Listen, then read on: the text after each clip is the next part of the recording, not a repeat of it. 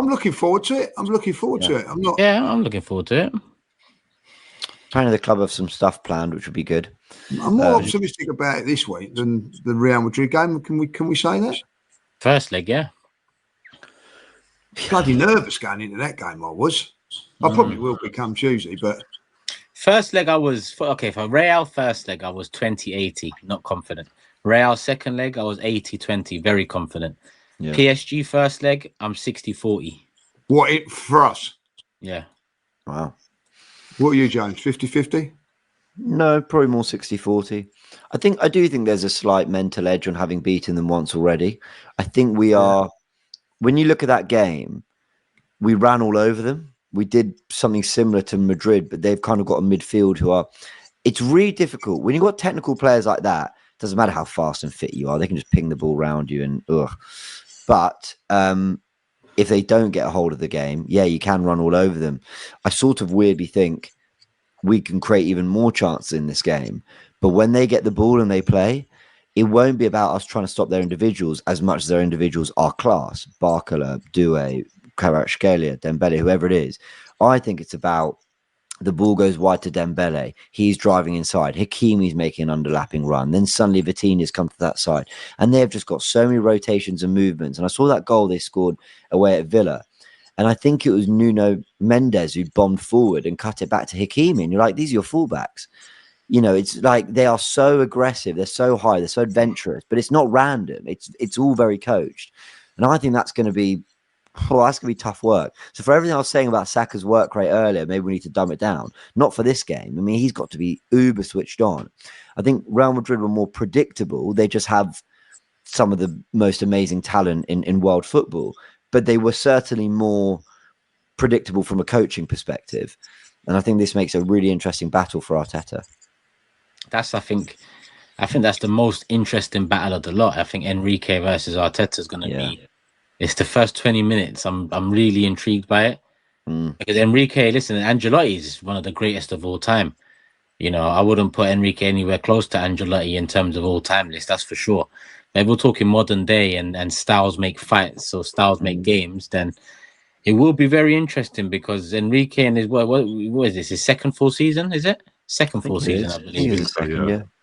You know, they look, you know, well organized, well structured. They've got threats from different areas. Their wings, if you look at their wings in totality, left wing, left back, right wing, right back, they're probably up there with the very best in the world.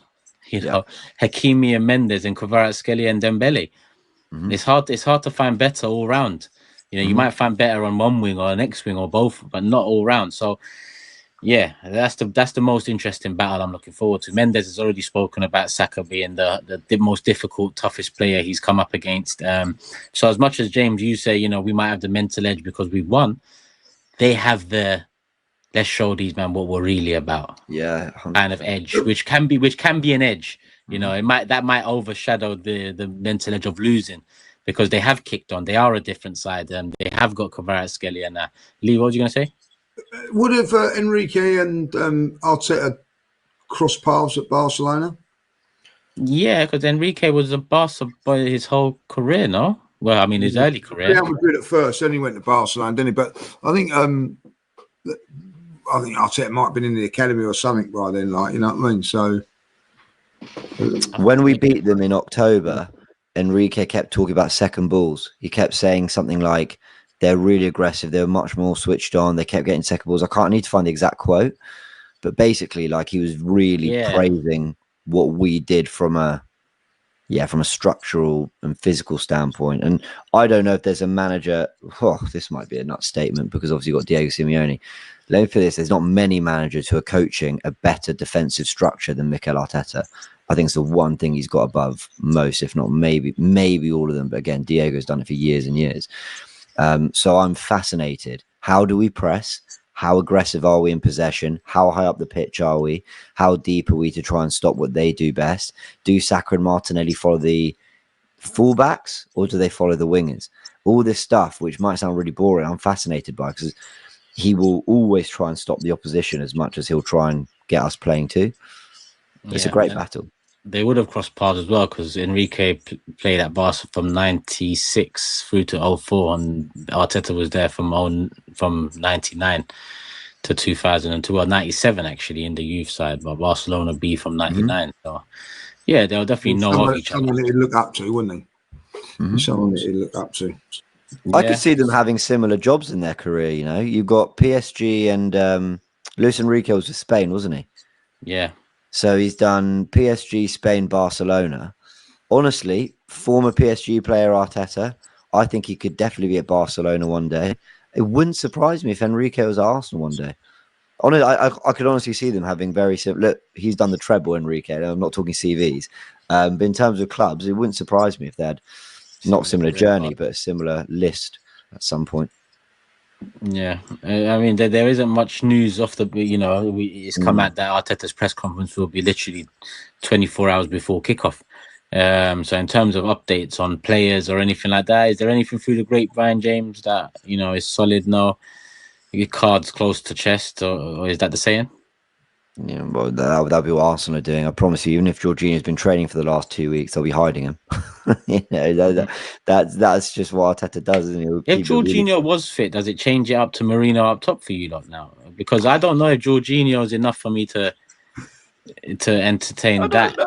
I don't even know. I think Trossard's quite suited because they don't have such a physically imposing back four. I think he's quite suited to picking it up in the pockets, a little bit of space, maybe getting in behind. Yeah. But Marino's been doing his thing up front, and Rice has just been running all over midfield. Partey's got more legs than Jorginho, and also he's got more flair. I think he's got more ability to kind of like sort of turn past 2-3 players out of nothing and boom, the game's opened. But in terms of actually getting the ball and playing, I don't think there's much that Jorginho can't do that Partey does. Just in terms of from a standing position, getting the ball moving, pass and move, and keeping us controlling a game of football. I don't think there's a lot in it between them two. So I think Arteta will be tempted to go light for light, because if he doesn't, you're changing three positions. Rice 6, Marino 8, Trossard 9, and then that's quite a big step away from what worked so well against Real Madrid. Hands up, who would start Jorginho if he's fit? I would. Oh God, Italian tax. No, James, for exactly the reason that you've just said. It's just a straight swap. Yeah, I think if you bring in Mourinho, you're taking him out of the 9. If you're bringing in Miles Lewis-Skelly, you're taking out someone from left back. Yeah, and more importantly, you're taking Declan Rice from what he's doing box to box in Europe, where I think that's very, very important. Yeah, and putting him in the holding role. And I think Declan Rice doing this box to box is more. I think it's a massive loss. Dare I say, it could be the thing that probably, if we're going to lose this tie, Thomas Partey not being there. I think that booking is crucial, because I think not only are we losing quality in Thomas Partey, we're losing that from Declan Rice. I want to keep that in the side. So I'm reluctant to put Declan Rice in the 8. In the 6. Well, that's why me and I think Turkish has alluded to as well, maybe moving Skelly in there. But that means that we've got to change the left back position. Do we want to tinker with the defence? I'm not so sure. But I'll tell you what, if you cracked your rib, I don't think you're coming back. But then I stop and go. Then I literally stop and go, I'm voting for Mikel Merino up front and Jorginho as the 6. Do you know what I mean? You stop yourself and go, is this what we're entering at? And look, I say it facetiously because Merino's done great. But it's like, it's still fucked. It is still fucked. And trying to run all over the PSG midfield, maybe Marino and Rice is the way to do that more. Maybe that's the perfect midfield, even with Partey fit. I mean, I wouldn't think so, but maybe. I'm torn. And this is where Arteta, this is why if we do get it right, he gets it. But if he gets it right, is why that will be full of praise like we were post Real Madrid, because it's not easy. It's really not. This is why that reaction from Declan Rice to Partey's booking was so significant. It's significant, first of all, for what we discussed at the first half of the pod, which is about, you know, standards and improvement and getting guys around the club and the team that actually can hold each other accountable. He really bollocked him. It wasn't like a friendly mate. Oh, what are you doing? He really went for him because, you know, it was just stupid. Yeah. But the second reason to what we're talking about now is because those three midfielders they've got, when they start popping it around, you need people that can handle that. And I'm not so sure we've got a combination of central midfielders that can really do the stuff off the ball or want to do stuff off the ball. The thing about Partey and Rice that's great is that they both seem happy to not have the ball and try and win it back. And they're very good at winning it back. I said on the last pod that I would go with Zinchenko midfield because he's done it for country and it's only one game. But when you think about the options, Jorginho, Zinchenko, Marino, none of those guys are nippy across the ground. You know, we never spoke about it. I'm not going to make it about it now, but earlier we were talking about injuries and Arteta's decision. You know, Arteta could have and should have taken Partey off. Like, he should have taken Partey off as well. Partey was silly for what he done, right? But with like 10 minutes to go, that's one of your most important players. It all resets in the next game. Like, as a manager, manage the situation because Bellingham was doing that all game, right? And I'm not saying this takes away from Partey because, again, silly. But in the moment, you know, he pushed and he got a yellow and it cost him. Whereas your manager's there sometimes to just take the man out of the, you know, firing line. And what was it? 88, I don't know. He got booked in the 80th minute or something. It was late. I think you're 100% correct, Turkish. But if I'm going to give Mikel Arteta any kind of grace, he's managing in an environment, in a situation that he's never been in before. He's at the Bernabeu winning 2-1, about to qualify for the next round. If I'm going to give him a sliver of grace or a sliver of a pass, I'm going to give him that in the sense that he's probably just thinking about so many things at that point. He might just have overseen that. Now, maybe that's where you need your bench and your assistant say to boss, Partey off, get him off because Arteta's going through it. Yeah, we're through, aren't we? Yeah. You could also argue Partey in the Bernabeu, away from home, one of his best performances back-to-back, one of his biggest moments. He got caught up in the emotion, and then you could argue the same sort of thing there. For Partey? Yeah, as in like there must be a lot of emotion with him. It's not like he's been Champions League, this and that, finals, and he might have. Did he go final at Atletico? I can't remember. He might have been to one. Yeah, he might have been to one. Yeah, but it's still a big moment. Bernabeu. I'm not disagreeing with you. I'm just, if I'm going to be kind, it's just frustrating because look at what we have to do now to make sense of it. Like, it's a massive blow, and I think, guys, this is a really obviously this is a massive game because Arsenal need to really go to the next level now in terms of Europe. These are arguably the two biggest European underachievers. Yeah. Because I wouldn't call on PSG. Because I wouldn't call Atletico underachievers because they haven't always been this good. I think. It's under Simeone they've been competitive, but pre-Simeone they've never been at this level. So for both clubs, what tag that is. Sorry, what a tag that is. You're right. The two biggest. I can't think of two bigger European underachievers than PSG and Arsenal. And the big criticism against both teams is when it gets a little bit tough. When you get to those real sticky stages of the Champions League, they've got the talent. They just can't get it over the line. No heart. Bottom falls out against PSG and Arsenal. So both teams will need to be addressing those narratives against their teams because let's have it right. They're not untrue. So this is not a PSG podcast. Let's chat about Arsenal. For Arsenal, it's a mega game. I don't expect Arsenal to go into the second leg and say we need to go there with a lead. I'd like to have a lead. I personally think we can beat PSG in Paris. I just don't want to have to. I don't want to have to go to Paris and have to win. I think we can go there and win. If we lose this game 1-0, I think we can still qualify. I think if it was Anfield, if it was other certain grounds, I might be a bit like, don't know about that one, but I think we can go to Paris and win. But let's do what we did in the first leg, before us against Real Madrid, whereby we handled business first leg to make the job easier for the second leg. The first leg's more important. The first leg is your foundation setter, whether it's a draw or you got a 1 or 2 goal lead. That's your foundation setter. So when you go to the second leg, it's now just managing it and seeing it through. You don't want to go there chasing, having to win the game, chasing a 2-goal deficit. It's really a big game for Arsenal in our history and in our season. So I want the boys to just step up, really focus, forget Real Madrid. Forget that tie, because that tie means nothing if you lose this tie. It doesn't mean anything. It's a moment in time that was fun, but ultimately it was a quarterfinal and you didn't do anything afterwards. This first leg is so important, and everyone's got to be at it. We know their wide players are a problem. In the transition, they're an absolute beast. But let's play to our strengths. What are our strengths? Defensive shape. Bar maybe Inter, we're the best in this competition, maybe even better. Aggression. PSG don't have much aggression. Let's put it on them. Let's really put it on them from a crowd point of view and on the pitch. Let's not let them get into a rhythm. Those bang, bang, bang, bang, bang. They're in the box. No, break it up early. Break it up early. Use the home advantage that we've got, and you might get the 50-50s going your way.